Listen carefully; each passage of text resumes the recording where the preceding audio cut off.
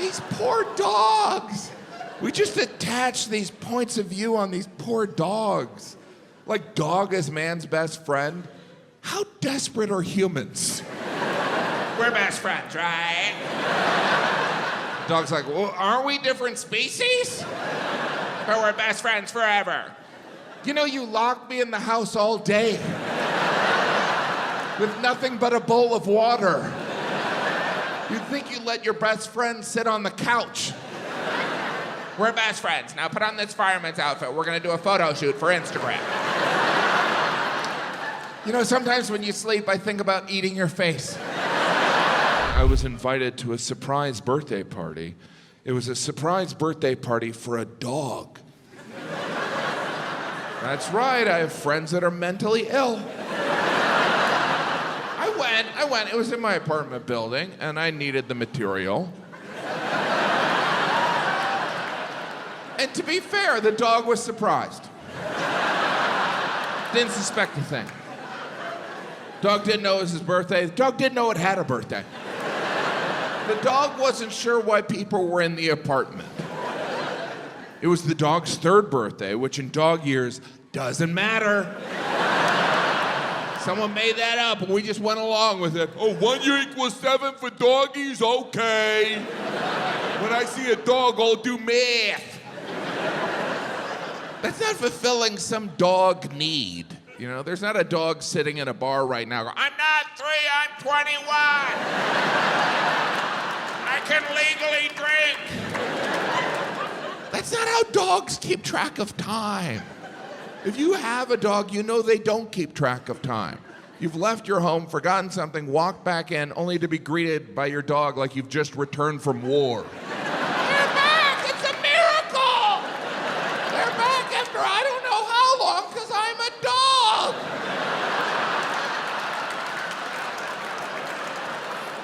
These poor dogs. We just attach these points of view on these poor dogs. Like dog is man's best friend. How desperate are humans? We're best friends, right? Dog's like, well, Aren't we different species?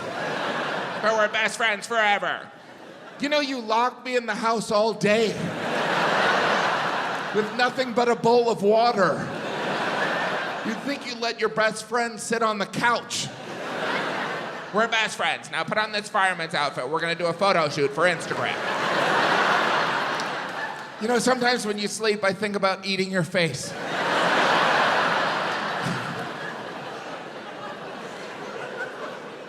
But I get it. I love dogs too. I love animals. We all have the friend that announces they love animals in a way that implies the rest of us are drowning kittens. Yeah, but I love animals. Well, that's a pretty exclusive group of just you and anyone who's not a serial killer. Yeah, but I just get along with animals better. Or humans don't like you.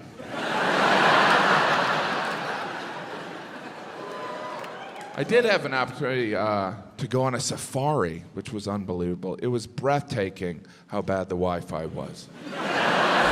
But you know, the thing about it, you learn how to survive. The only problem I had is I had a dog still. I was like, dumb motherfucker, I don't need no fucking dog right now in a pandemic. Get your stupid ass out of here. And that motherfucker had a nerve to get sick, you know. And that's when you need to keep your hood light. But I fucking feel sorry for that motherfucker. Back in the day, my dog gets sick, I throw him in the trash can. You know what I'm saying? And I know you white people don't want to hear that. Fuck you. You get sick, motherfucker, I don't even go to the doctor. I'd be damned if I pay to take your dumb ass to the doctor. We used to get raggedy ass dogs that live fucking forever. I had a dog lost 2 legs. He walking on 2 legs. That motherfucker, he walking like a supermodel all the time. That motherfucker lived till he was 138. Fuck you, dog. My dog got sick on a peace bill, cost us $6,000. And then he gonna come home and shit on the floor. I kicked $6,000 out of his ass. Yes, I did. I certainly did. Disrespectful motherfucker.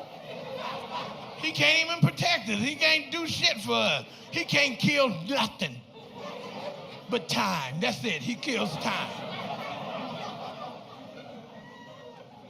My mom So we're a Jewish family. She names the dog Mazel Tov, okay? She's telling me about him getting diagnosed. She takes him to the vet. She's got one of these crazy vets who like talks to their animals like they're patients, you know? So he's like sitting there with my mom and the dog. He looks him, the dog, right in his stupid, fat, diabetic face, okay? No one feel bad for him. He's not here. We can make fun of him. Also, he's a dog. He has no idea what's happening at all times, okay? So she looks, or the vet looks right at him and goes, Mazel Tov, you have diabetes. Like, that is incorrect. That seems anti-Semitic. I know it's not, but it felt like it when she told the story. Ugh. She's out of control. She bought a computer recently. She wouldn't let me help her set it up. And then like an hour after she bought it, she calls me and she's like, hey, I'm locked out of my computer. I can't get in. Can you get into my computer for me? I'm like, I can't get into your computer. What do you mean, you're having trouble? And she's like, yeah, I don't remember my password. I was like, you're gonna have to remember it. I don't know how to get into your computer for you. So she gets mad, she hangs up on me. She calls me back like half an hour later. She's like, didn't need your help. Got back into my computer. I'm like a hacker. No, Mom, you're the opposite of a hacker, okay? You forgot caps lock was on. That is not what a hacker is, you know? But it's not all bad. I got a girlfriend over this pandemic, which is good. But like, I'm really insecure about things now. Like, I realize doing all these quarantine walks that my girlfriend gets more excited to see a dog than when she sees my own penis, and that's not good, ladies and gentlemen. That's not the sign of a family relationship right there, you know? I remember the first time I got naked for her, I was excited. I made a sound effect and everything. I was like, ta-da! She's like, ta-da, I don't know, I'm not seeing cartoon sound effect right there, you know? But I remember the first time we were together and we saw a dog. First of all, girls don't even see dogs, they just sense them, you know? They just know where they're at. She's like, 3rd and Broadway, Pomeranian mix. It's like, are you calling plays to the FBI right now? Move in. So we're walking down the street, right? And she just snaps her neck and she sees this beautiful dog. It's a Labradoodle. I don't know if you know what a Labradoodle is. It's like Jesus, but in a dog form, right? And she sees it and she just looks at this dog and just eye contact, direct. And she goes, oh my God. Who's this big boy coming down the street, huh? Mama want to touch, mama want to play, mama want to rub on them balls. Woo, woo, woo. And I'm like, how the fuck did you just turn into DMX right now? I don't. And she's looking over at me. She's like, what you really want? And I was like, oh, fuck. You actually are DMX. And she's like, and I'm going to give it to you. And I was like, please do not do that. Now I'm looking over at the dog pissed off like, we got issues, buddy? I got a Hershey's bar in the back pocket, okay? I ain't afraid to use it, dude. Fucking, I got Peter on speed dial. My wife told me the world's ending. She's very smart, much smarter than me. She's kind of a dichotomy, though. She said 2 things. These were the 2 sentences she said back to back. She said, hey, Sam, the world's ending. Next sentence, I bought our dog some accessories. Those were the 2 thoughts she conjoined. We have 40 more years left on Earth. That's what she said. Also, I bought Gordy a top hat and a bow tie. Do you know how much harder that's gonna make it to eat Gordy? He's already cute as fuck. He's a Bichon Poodle, all right? Save your money for bullets and salt, baby. I would eat my dog. I fucking would. If you wouldn't, you don't love your dog. Why do you think I pet him so much? I'm tenderizing the fucking meat. That's all that's going on. Checking out how it's marbled underneath that fur. Yeah. Dog meat. And I know what you're thinking. God, what a fucking Renaissance man. But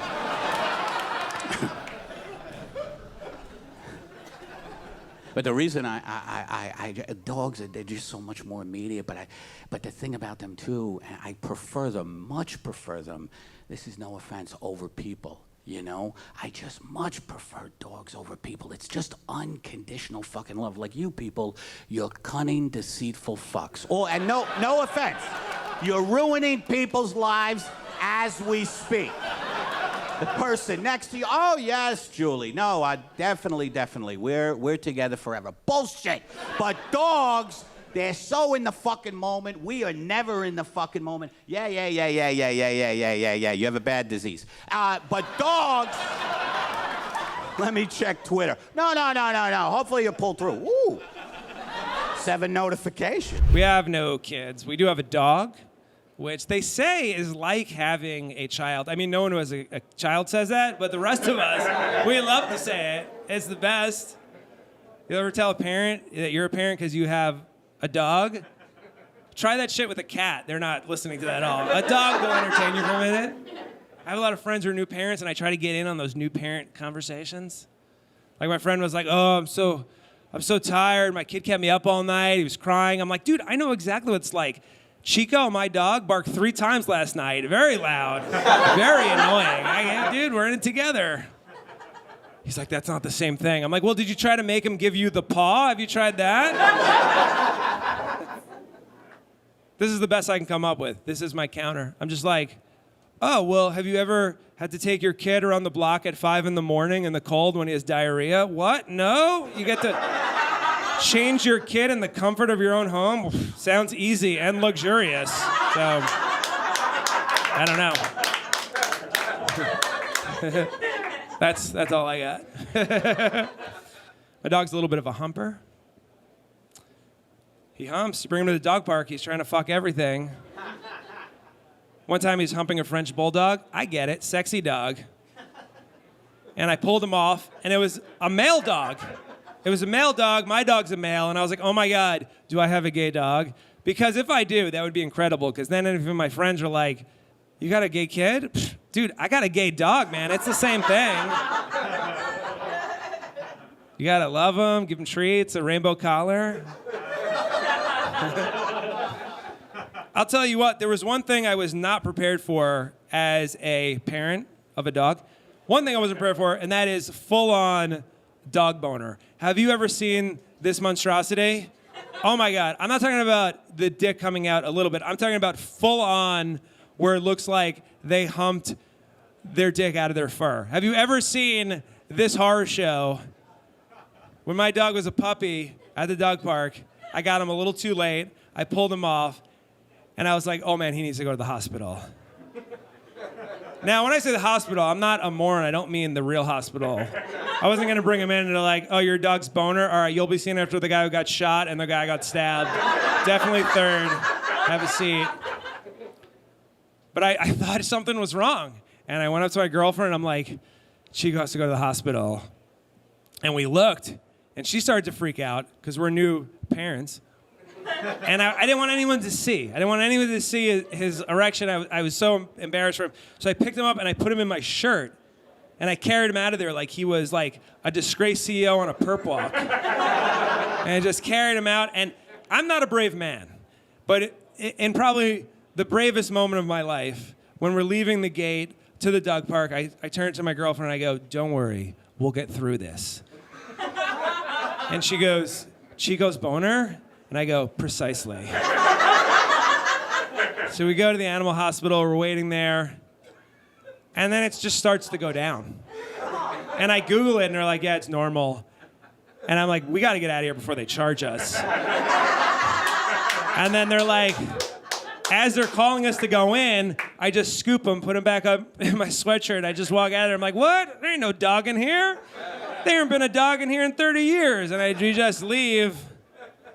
And I gotta be honest, guys, it's my fault because I forgot about the first rule of dog boner, which is this. If your dog gets a dog boner that's not going down, what you have to do is you have to take him, you have to unplug the boner, let it sit for a minute, plug it back in, it resets, and you are good. New York City's got some of the only beaches in the world. You could walk into the ocean, step in dog shit. Beaches just shouldn't be subway accessible. You know what I mean? There's just a limited amount of serenity on the F train. I ride the subways all the time. You know, you're not supposed to walk between the subway cars while the train is moving. That door is strictly a stage entrance for crazy people. As soon as that door swings open, there's a collective sigh from the rest of the car. Nothing reputable ever walks through that door. It's like a portal to an asylum. You know, I'm liberal up to a point, but I draw the line at housing the deranged on the F train. People should be able to commute to their jobs without being exposed to psychosis. We shouldn't all have to be silently huddled at one end of the car because there's somebody at the other end losing a heated argument with a ghost. Wouldn't want to interrupt that conversation. I stopped going to therapy because of the subway. I had to take 2 rush hour trains to get to the therapist's office. By the time I got there, I was just racked with anger and anxiety. He'd spend an hour talking me down for $300, and then I'd have to get back on that fucking train again. Lots of daunting announcements on the train. This is my favorite. A crowded subway is no excuse for unlawful sexual conduct. Do we really need to be told that? Oh, some guy getting on. Man, there's a lot of people on this train. Are we allowed to fuck them?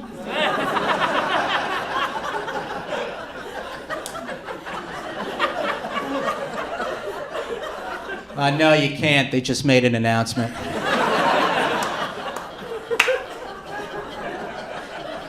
Oh, what about the A train? Oh, you can fuck anybody on the A train. Oh, thank you. You ever sit next to somebody in the subway and they start coughing and you hope that they have lung cancer because you don't want to get coronavirus? It's hard to be socially distant on the subway without pulling out my dick. It's all right, I wear a mask. And a condom. Subway's filthy. That's just a joke. I never wear condoms. I hate condoms. It's gonna be on my headstone. He hated condoms. I don't even want to be buried in a coffin. Just throw me right in the hole. I want to raw dog it straight to hell. We have 2 dogs. One is, oh Jesus, he's one of them small, yellow, yappy bastards. He's a cross between a mop and a panic attack. And I hate him. I fucking hate him. There's no peace in him at all. It's balanced out by this other dog we have. We have a Bernese mountain dog the size of a sofa. And he adores me. He fucking... I love you, Tom. I love you more than anybody will ever love you. Go on, put on the snooker. But I want to spend all day watching snooker. I'll go see who it is. Fuck off! We're watching the snooker. I hate your wife, Tom. I hate her. You should have married me.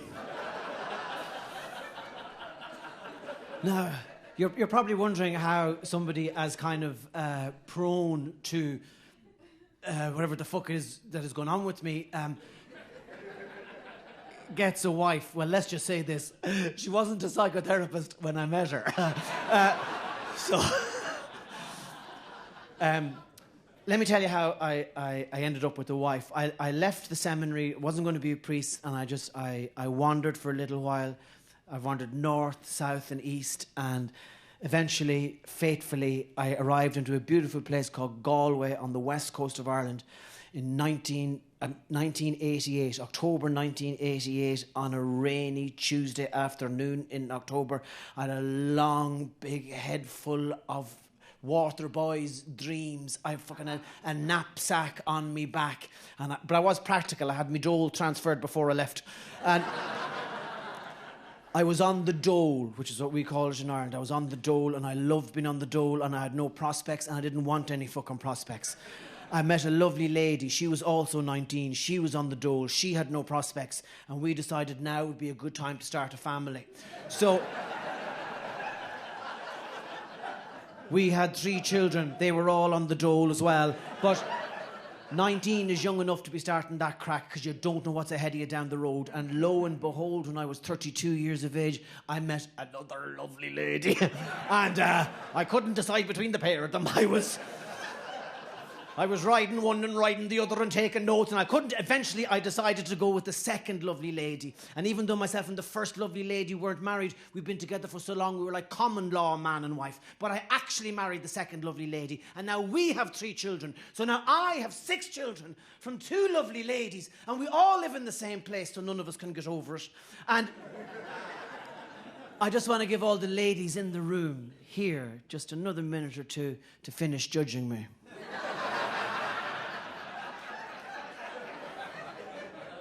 I don't think there's much point in asking the lads, because a lot of them didn't even follow the story. The lads are going, what happened to the dogs?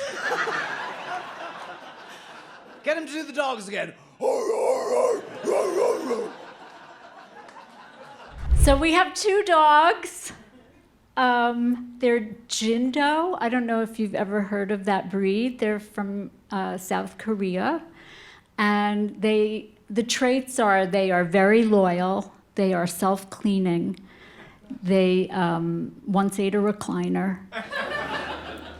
They actually fight with each other like cats and dogs. I once gave them cat food by accident, and they've ignored me ever since, like a cat.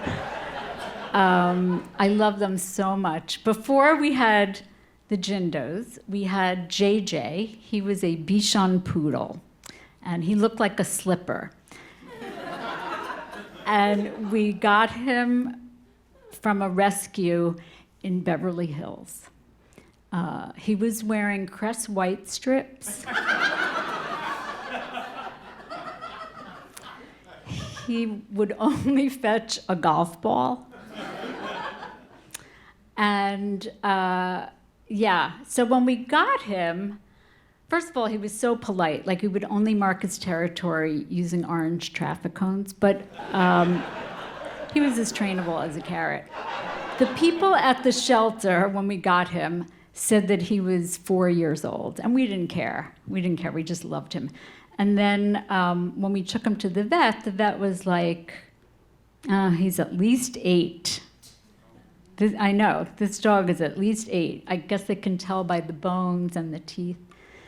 And I'm thinking, wow, they even lie about how old their dogs are in Beverly Hills. Well, I guess how old is 8? That's like 56, yeah. There should be a clothing store for dogs called Forever 3.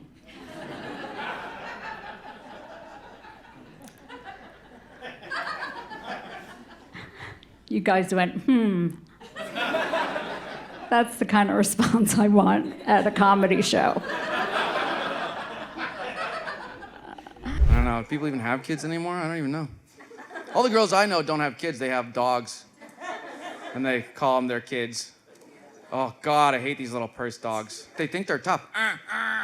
It's like, because they've been bred weird. Like, they got a brain of a wolf and a body of a hamster, and they're like, It's kind of how this girl, she had this little purse dog. She had to tell everybody she rescued it. I rescued my dog. I rescued it. And then she'd get really quiet so people could praise her. Like, oh, you rescued your dog. I guess all heroes don't wear capes. Oh, wow.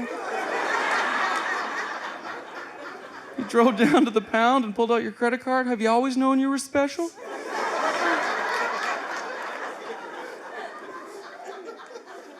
Right? Rescued a dog. They always go, it's a rescue. That always bugs me too. This dog's a rescue. I'm like, no, rescue's a verb. Can't be a rescue. Now go in the kitchen and make me some eat.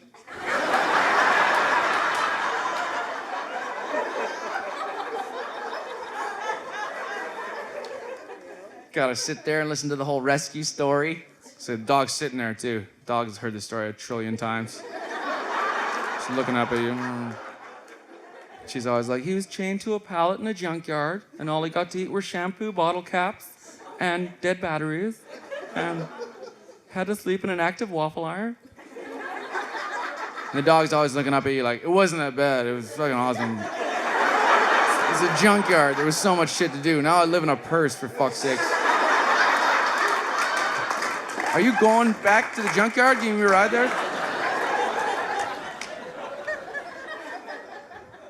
And she takes it into every business in her purse, like, I'm like, leave it outside, it's a dog. She goes, no, I had a dog stolen. And I'm like, how do you know it wasn't just rescued from you?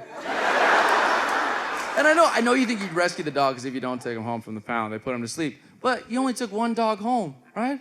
That's not what a hero does. You can't do that shit if you're a fireman. Come out of a burning apartment building just holding one chick. Look, I rescued her. Fire marshal, what happened to all the other people? I didn't really have a connection with all the other people in there. Love the dog. They love him. Just started letting him sleep up on the bed with them. They love him. They want to like cut him open and sleep in him tauntaun style. You know what I mean? Just for the warmth. They love him until they see a cat. I don't know if it's because I have daughters. They just love, like any cat. Could be the most janky ass cat ever. Feral, one eyeball hanging out because it just fought with a raccoon near our recycling. Right. Like dragging its bloody stump of a leg across your driveway. Like making an all. My kids would look at that and be like, can we get a cat, please? I'm like, no, you cannot have a cat. Because fundamentally, we do not like cats. We don't condone it. Dogs. We've had a fight with people about cats versus dogs forever. This is not a new fight, but I want to settle it right here. We'll end the argument. We'll end the argument right here. What is the best thing anyone's ever said about a cat? He's like a dog. You got any, my cat? Got any cat? Dog. He's like a dog. He comes when you call him. He knows his name. We put a leash on him and walk him around. Oh, he knows he's our pet. So you're telling me the best cat in the world is a mediocre dog? That's all you're saying, right? Just get that straight. Because guess what? No one's ever going to say the reverse of that. Nobody. No one's going to be like, you got to meet my dog, bro. He totally thinks he's a cat. Cat dog. It's cat dog. Poops in like a little box in my kitchen. Cat dog. We haven't seen him in 8 years because someone jostled a cabinet door too loudly. Cat dog. I don't even know if he's still in the house. Cat dog. Cat dog. I saw him take a swipe at a baby for no reason. Baby was doing nothing. Just baby was napping on his back.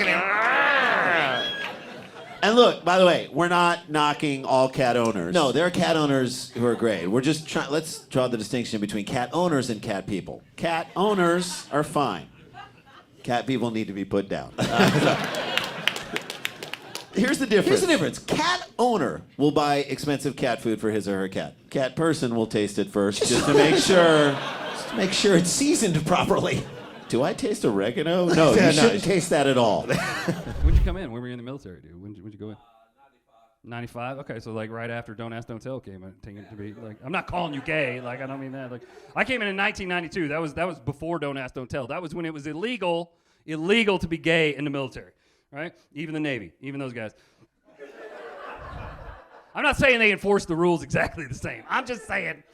It was technically illegal, but like it was fucked up because they would ask you. They could ask you back then. They're like, "Are you a homosexual?" You're like, "No, hell no, fuck no." I think, like maybe I don't know. I'm 17. Like I don't know. Like right at that point in my life, I had equal amounts of each. Zero. I see you guys. So you guys looking at me weird. Somebody in here's like, "Get that man a Bud Light." No, calm down. It's okay. It's bullshit. It's fine. But they would ask you, like, are you a homosexual? And it was a doctor that asked you. The doctor would be like, are you a homosexual? You're like, no, hell no. And they'd be like, all right, turn around, spread your butt cheeks, bend over at the waist. You're like, bullshit. I see what you're doing. No. You're not getting me, buddy. You're not getting me. Right? But they would. He would ask, and then you would turn around and he would look right there. It was crazy. And that's how the rumor started. There was a rumor that went around. It was like, well, they can tell. Huh? It's like they can tell if you've ever had anything up there. Anything? Ever? Because I mean, I was a latchkey kid. I had a lot of free time. You know what I mean? I used to play a little game called Will It Fit? And you know, usually, yeah. You know what I mean? Little can-do attitude. You know what I mean? It'll work. When'd you get out? 98, 90, 2000? All right. It's good you get your disability. Did you get that?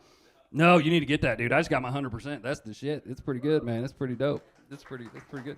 Okay, see how some of the people are clapping loud. That's because they're veterans. Others are like, I don't want to clap too loud. They'll take my disability away. That's fine. That's good.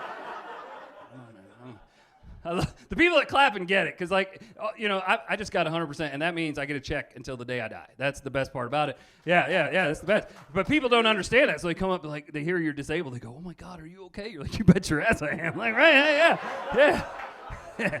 I don't pay property taxes anymore. It's awesome. It's great, right? I'm a big fan of like raises for government employees now. They're like, "Hey, we're gonna raise property taxes by 4%." I'm like, "Fuck it, let's make it 8. Let's go." Yeah, let's do that, right? It's good. I don't know. Other people come up pissed. They're like, "You don't look disabled." I'm like, "That's because you can't see the movie that I'm watching." So.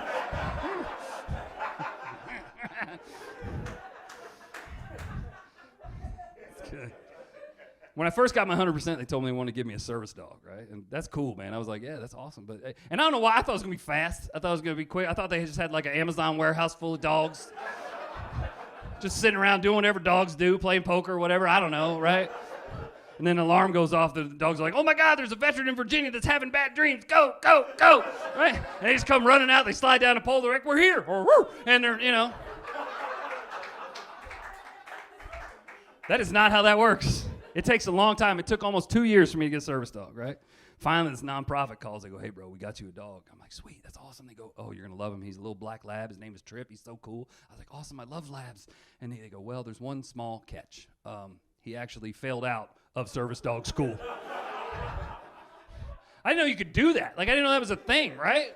But it does make sense, right? Because not everybody gets through every military school they go to, right? Not everybody can be like an Army Ranger or Navy SEAL, which is how we get Air Force people.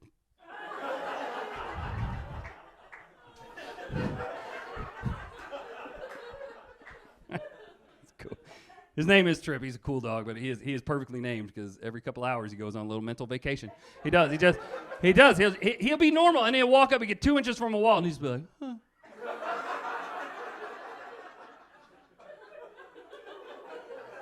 And he stays there for like 2-3 minutes at a time, and I'm clapping like, "Trip, hey, Trip." Because 1 second he was fine, next minute he's Mitch McConnell at a press conference.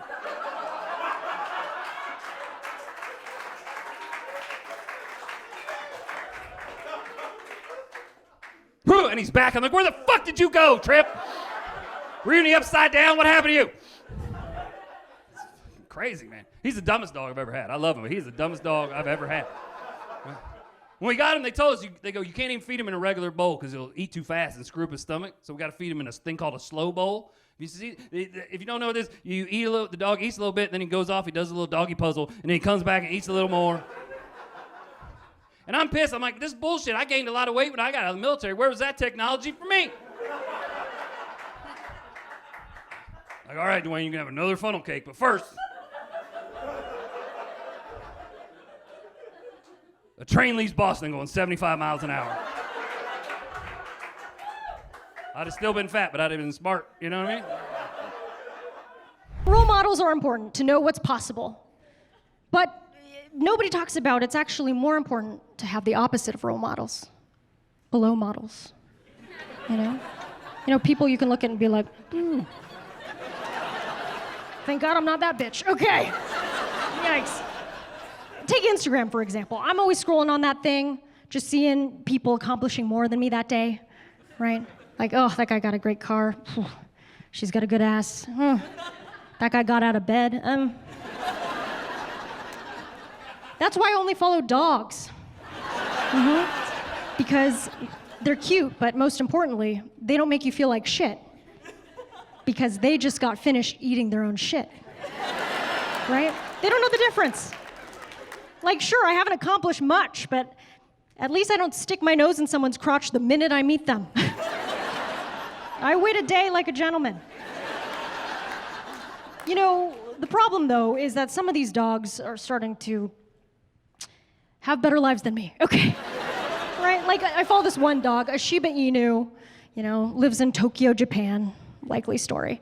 And yeah, I mean, a beautiful dog. The body on this dog probably had some work done. You know what I mean? Double implant. But on this dog's Instagram, all the comments and captions are in Japanese, so I don't really know what's going on, but I'm just scrolling on this dog's profile at like 3 a.m. Prime time to hate yourself. And, you know, I was just so moved, I wrote, "This dog is career goals." You know, and I sent that. Went to bed, woke up the next morning, and the dog had responded. He just wrote, "Thank you," in perfect English. So I guess this dog's also fucking bilingual too. How else does he want me to feel like shit, you know? Unfollow. Protect your energy. But no, I caved. I looked back on that dog's Instagram recently. I saw the dog died. Oh, I know. They don't live that long. Yeah. Right? So I guess I won in the end. You know what I mean? Feels good. Hey. Feels good to be alive. I also bought a dog recently. I bought a petite golden doodle because, I know, that's not how my friends reacted. My one friend's like, "Why'd you get a gay dog?" He's like, "Why didn't you get a tough dog? Why didn't you get a pit bull?" I'm like, "Because it doesn't matter. Even if I bought a pit bull, it's still me with a pit bull." Like, if the pit bull gets tangled in his leash, I'm still like, "Ooh, who got tangy in his leashy?" Like...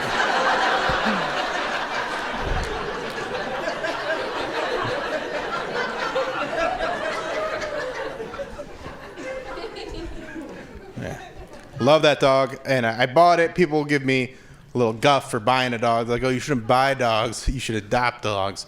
But they don't understand my situation. I live in a condo. I need a small dog that's hypoallergenic, that's not going to shed, blah, blah, blah. Those are my excuses. But what it comes down to is I have rescue kids. I can buy a dog.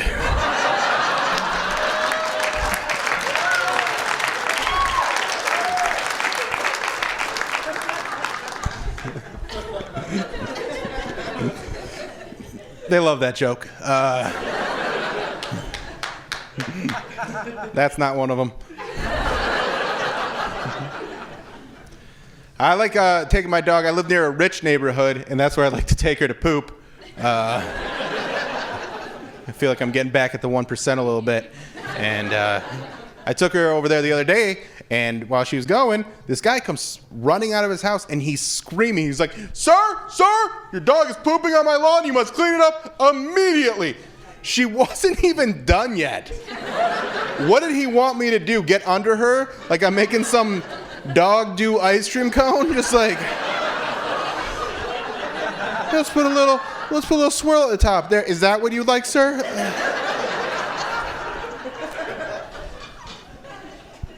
I was like, "I'll clean up. You don't have to worry about it." He's like, "I appreciate it because there's a lot of people that don't clean up and have small children and they'll play in the front yard and they'll find the dog poo and then they'll play with it and it gets everywhere. And I didn't want to be the one that to tell this guy that he's got weird kids." Because that's not how kids operate. Kids aren't like, "Toys are so boring. A turd, gimme!"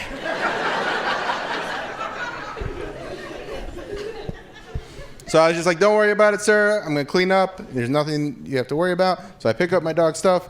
I put it in a bag. I continue on my walk. He goes into his house. And then on my way back to my house, I stopped at his house again and took that bag and put it in his mailbox. Because if you assume I'm going to be a bad person, I'll prove you right.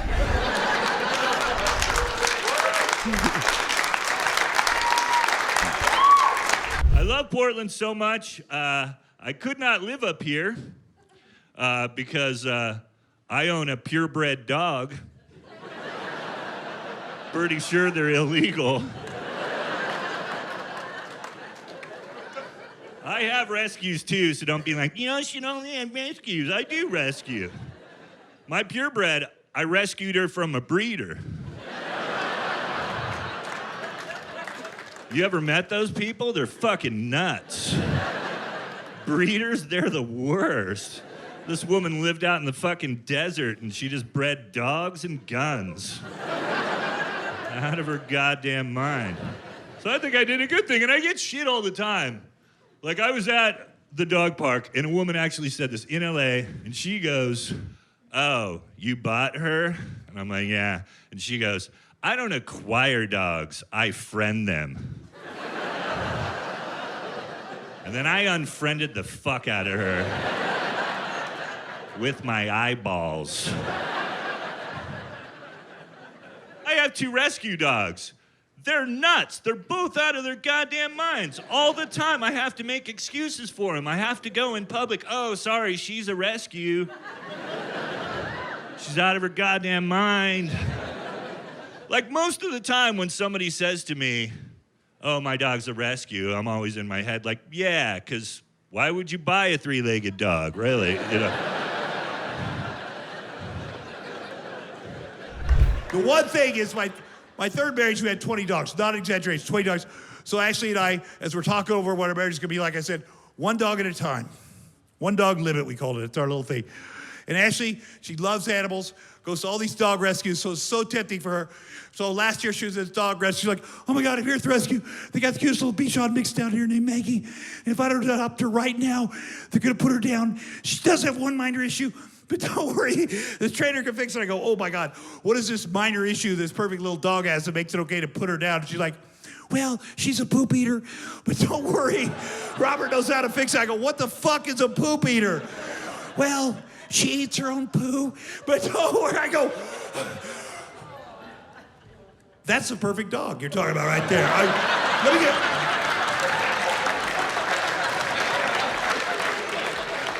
So, you feed this dog 1 time, and it's a perpetual green energy machine, basically.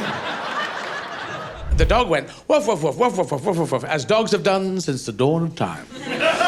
And for the first time, I suddenly thought, what is this dog trying to say?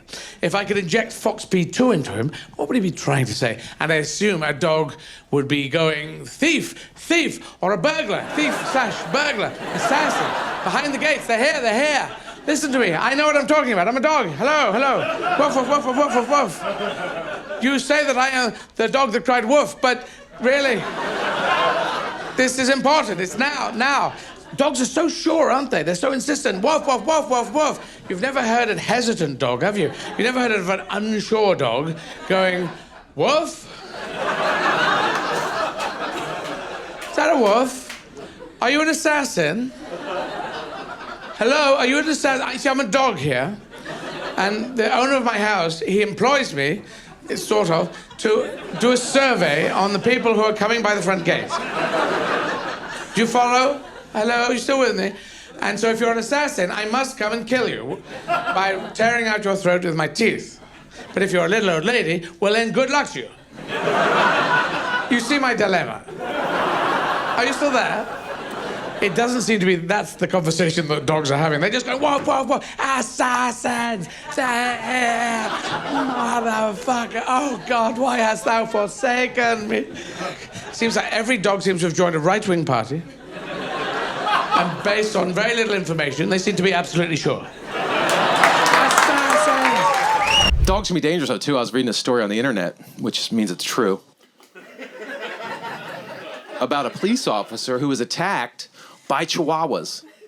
It's a true story. 5 chihuahuas broke out of a house, attacked a cop. He had to go to the hospital for ankle bites. It's a true story. How? You're a cop. You have a gun. They're chihuahuas. I love dogs. Love dogs. But if like a herd of angry rabid chihuahuas is coming at me, I'm kicking chihuahua ass.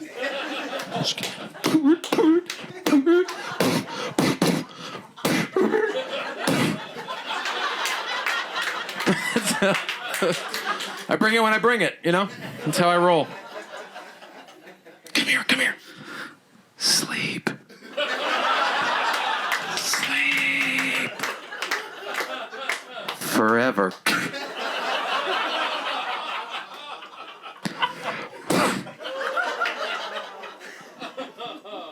You gotta be sure. You'll be driving home, one pops up in the rear mirror on you, gotta be sure. I've seen horror movies, I know how it works. It'll be kind of weird though when that cop's partner shows up. Hey, I heard gunshot. What did you do?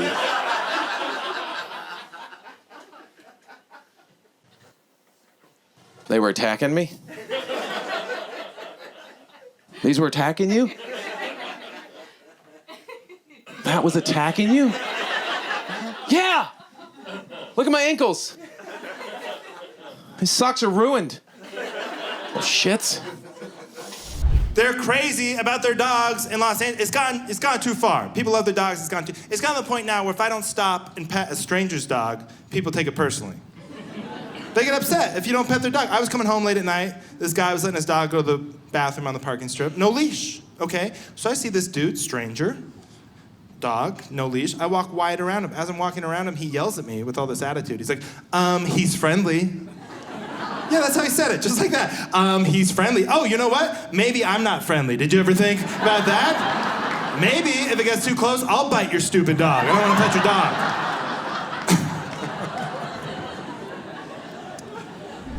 But we're a nosy country, and I understand that television shows where they're voluntarily allowing you in their house is a bit different than the TSA forcing you into a search. But I'm only talking about our overall view of privacy. Like the Dog Whisperer. I like that show. I didn't want to like that show. But look what that show is. We watch a show to see if people's poorly behaved pets behave a little better by the end of the episode.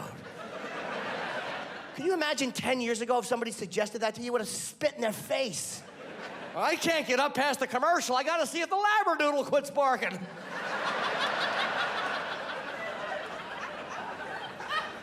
And I think we all watch it secretly hoping for a mauling.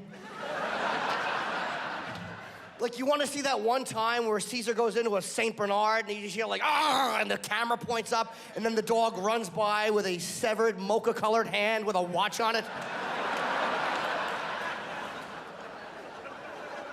And that noise he makes is genius. Yeah. Who knew? Centuries and centuries of people going, sit, no, no. And dogs like, oh, fuck yourself. All right, I got it.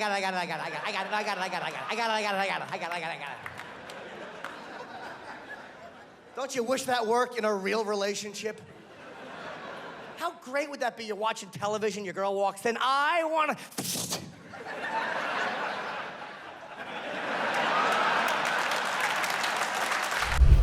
Oh, Doug loves movies. When I go to a party,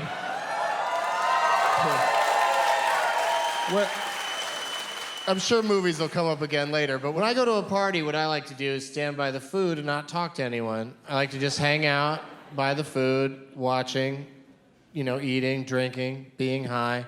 And this girl comes up to me at a party one time, and this is how she starts a conversation with a guy who doesn't want to have a conversation. She's like, I have a 3-legged cat. Just blurts that shit out of me. I have a 3-legged cat. 3-legged cat! That's how she starts the conversation. The guy doesn't even want to talk to her. I have a 3-legged cat. And I responded with too many words, as stoners are wont to do. I was like, so? No, there's more than that. That'd be weird if I said I responded with too many words and then just went with so. It'd still be just as rude as what I did say, because I was like, so most cats have 3 legs when you think about it. Right? Cats with 4 legs have 3 legs plus one more crucial, pivotal leg. Cats with 3 legs have 3 legs. The only cats that don't have 3 legs are the ones with 2 through 0 legs. And when do you see them walking about out in the world? Never, unless they've got like a butt cart. If they've got like a squeaky wheel cart butt that they can roll in on and creep everybody out while you're trying to have a nice meal with the family and a nice big plate of yams. Yeah, that's how I'm ending that one, on the word yams. That's where that one comes to a close and gets a odd applause break. One that sounds like I dragged out of you. And that is the end of that. sweat routine. Thank you. Oh, thank you. Thank you. I didn't know. People come up to me all the time after shows and they're like, I want to give you a joke to use in your act. And I'm like, oh, I write my own jokes, but thank you very much. But this one lady came up to me. She was like all decked out, like a fancy older lady with a turban, you know, like a white lady with a turban and like a necklace and a big scarab or some sort of bug on her chest. Look, she seemed really fancy. It was in Tucson, Arizona, of all places. Really, woo? And she goes, I have a joke for you. And I was like, there's no way that this lady has a joke that I'm gonna say someday at the Neptune Theater. But I had to hear it. I had to know what it was. So I said, all right, let's hear it. And she goes, what did the zero... Now, at this point, I know that she's trying to tell me a riddle. I already know it's a riddle, and we tell jokes in stand-up comedy, not riddles. If we told riddles for the entire shows, you guys would be like, what? Where? Who's there? We give up, you know, shit like that. If you wanted to participate, you'd go to a dueling piano bar. You know what I mean? You go to like Shout at the Wolf or whatever and watch them do their, what's the one here called? The Howl at the Moon, that's what I meant. But Shout at the Wolf would be an awesome, that'd be a great bar. Somebody should open Shout at the Wolf bars where they just have a wolf in a cage. You know, you feed them well. Take care of that wolf, be nice to it, brush its hair a lot, but then just let people get drunk and just go up to the cage and just fucking be just drunk and scream at a wolf. Just get all of your frustrations out on a wolf. You know, it might like growl back at you or bark back at you, but like, you know, it won't want a divorce and take half of your money. I started this whole thing by myself, just me and my dog. Just me and my dog, single. I adopted a dog in January. He's cool as fuck. But I got my dog when, like, you know, they still had good ones.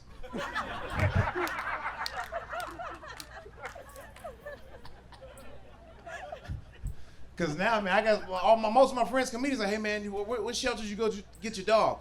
And I was like, oh man, we're right down the street, grabbed him over there. Man, now these dogs, all the dogs they got left are the ones from the commercial.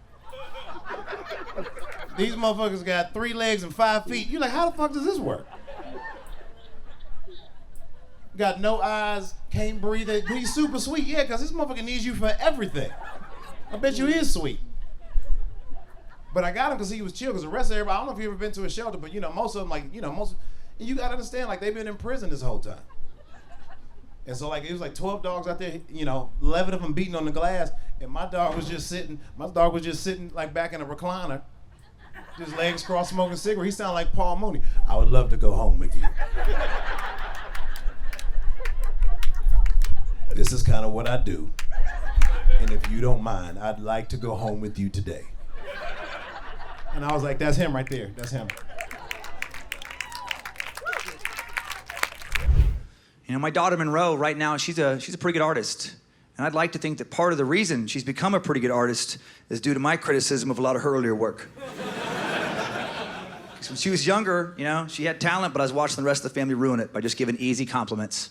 And she's a smart kid. She's always been really smart. She figured out at an early age she could spend 2 minutes on something or 2 hours and get the same compliments. So why work hard? Why put in that extra effort, you know? She could just scribble some nonsense, hand it to a family member, and just hear, what? You did this? On your own? Monroe, this could be in an art gallery. I'm looking at the same thing thinking, that's not gonna make the fridge. One time she handed me something so bad, I couldn't even tell what it was, and she got mad at me. She's like, what do you think? And I was like, I don't even know what this is supposed to be. It's a dog. We have a dog right there. I want you to look at that dog, look at this, look at me, and say that again with a straight face. I am thrilled to be here.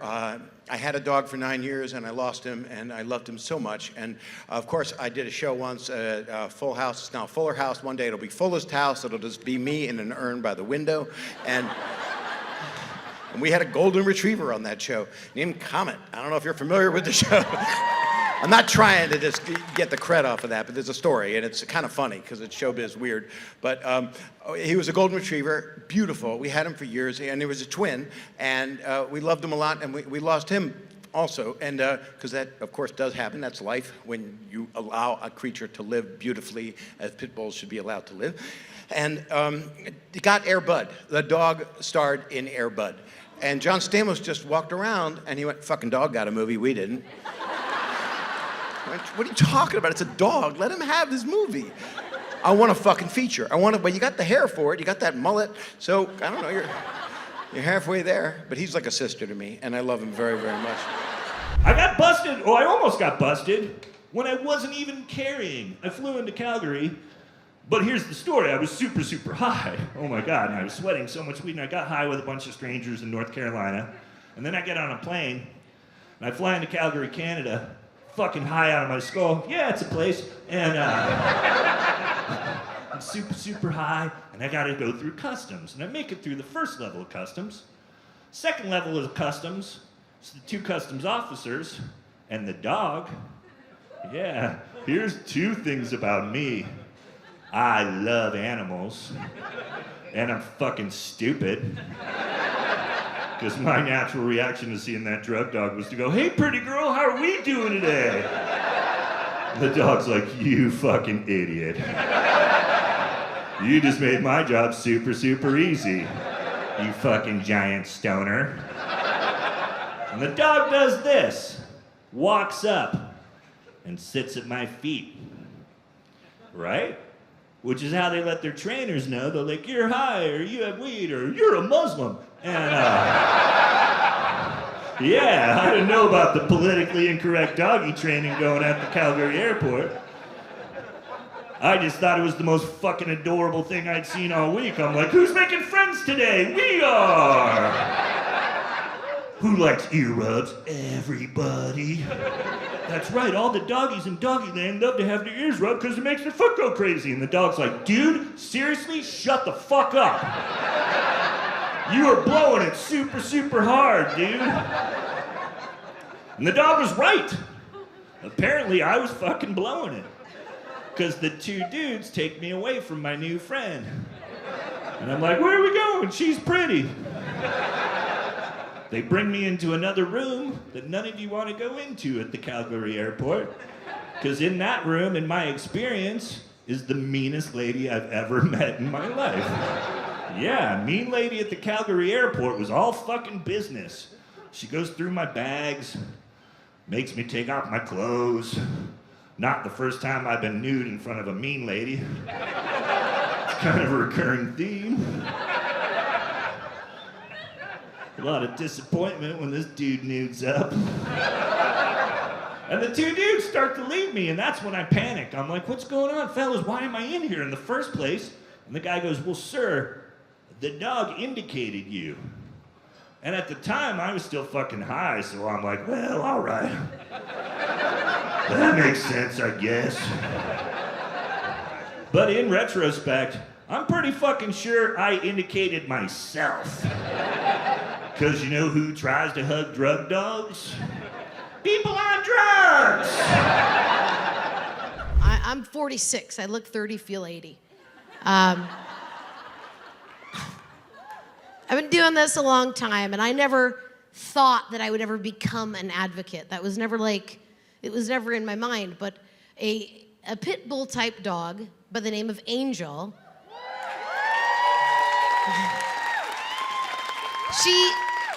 she came into my life and literally changed the trajectory of it. Like, just who she was, it educated me, it inspired me, and countless of other people around the world. Angel was magic, and I feel so blessed to have known her and loved her and had her in my life, and ended up, we've saved so many other lives because Angel lived, and yeah. And it's so important. And she was amazing, and she was the polar opposite of me. Like, for those of you that didn't know Angel, she had her shit together. She always had her shit together. She was zen. She was in the moment. She loved people. I hate everyone. Angel just shuffled around the earth.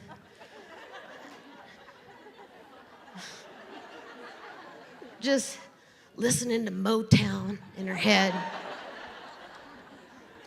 She was bigger boned, you know? And just marched to the beat of her own drum. And she was just so kind, and she was refined. She didn't, you know, eat cat shit.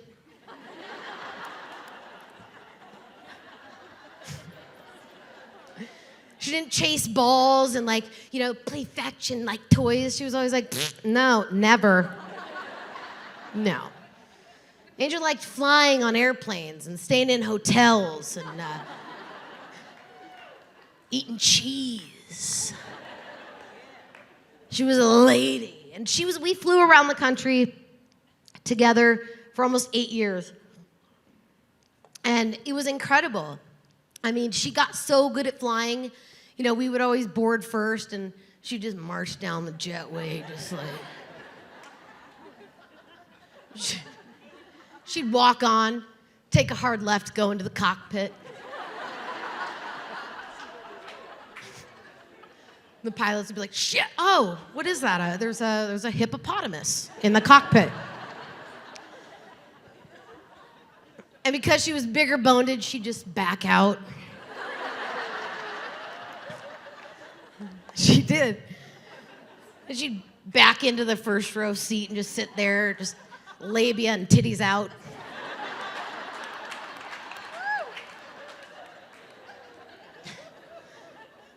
People would walk on the plane, she'd be like, hello. Hello. And if someone didn't see her, she would literally look back at me like, did you see that shit? And I'd be like, they just don't know, Ange. How could they not see a unicorn sitting right there? I was 12 years old. My mom buys me my first pet. It's a little black Cocker Spaniel. I was so excited. I was like, Mom, what should we name it? She looks at the dog and goes, well, it's black. Let's name it Blackie.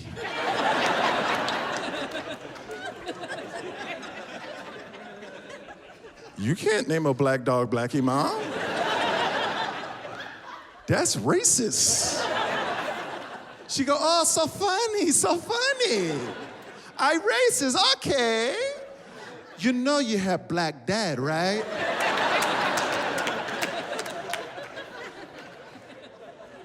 So I live in Houston, Texas, in an all-white neighborhood, predominantly racist with a dog named Blackie. I didn't care. I was having the time of my life with the dog in the front yard. It's dinner time. My mom comes out and goes, hey, Blackie, come home. So always somebody getting upset and always somebody trying to calm somebody down. That's what relationships are all about. Basically, somebody's upset, somebody's trying to calm that person down. Very rarely will two people just go hysterical, right? And that's when the police are called. But other than that, sometimes it's your girlfriend that calms you down or your wife. That's why you love her. You're upset about something, she goes, relax, it's not a big deal. Puts things into perspective, but it doesn't work. What you have to do is become the overreactor. No matter how upset she is, act even 10 times more upset. It works, unless she's here tonight with you. But let's say you're at a restaurant a week from now and she goes, does it take an hour to get a hamburger? Just go, what? An hour for a hamburger?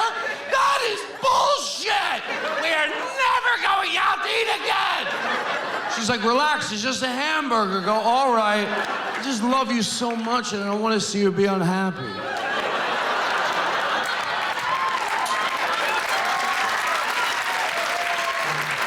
Let's say you're at home. You know, she's like, did you take the laundry from the washer and put it in the dryer? Just go, I forgot. I'm gonna kill myself tonight with liquor and ether. She's like, it's not a big deal, I'll do it, it'll take me a second. Go, all right, I just feel like I take advantage.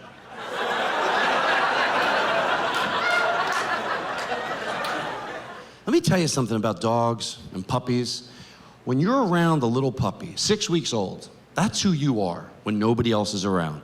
There's truth to this. Not when other people are around. Yeah, you might be nice to a puppy when other people are around. You see a 6-week-old golden retriever puppy. Yeah, if other people are around, you might go, oh, look how cute you are. But who you are and the affection you have in you, it's when no one else is around and you're holding a 6-week-old puppy. Because you know, you're like, you're so cute. You want to bite it and mush it and love it and squeeze it and, oh, so, you ever see it want to bite it and suck on its face? Yes. Because it's so cute. Dogs are good people. That's who you are. You ever see, if I go into the living room in the middle of the night, my dog's sleeping, first I look at the dining room table set nicely that I set the night before. And then if I see my dog laying on the sofa with its head on the pillow, oh, you're getting bit. I just suck on his face. I suck on his face. And when I say suck on his face, I know people get confused. What do you mean? Yes, suck on his face. Because the dog is good and the dog is pure and it's not judgmental, and I want to suck some of that goodness out into me.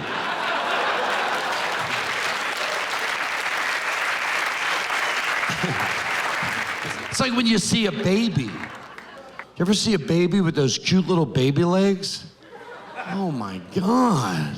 You know when they're like, boom, boom, white and pure and just, oh, they're not, just, oh, I want to go up to people at the mall. I don't, but I want to.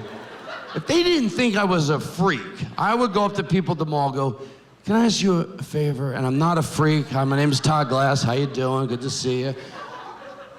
Can I bite your baby's legs?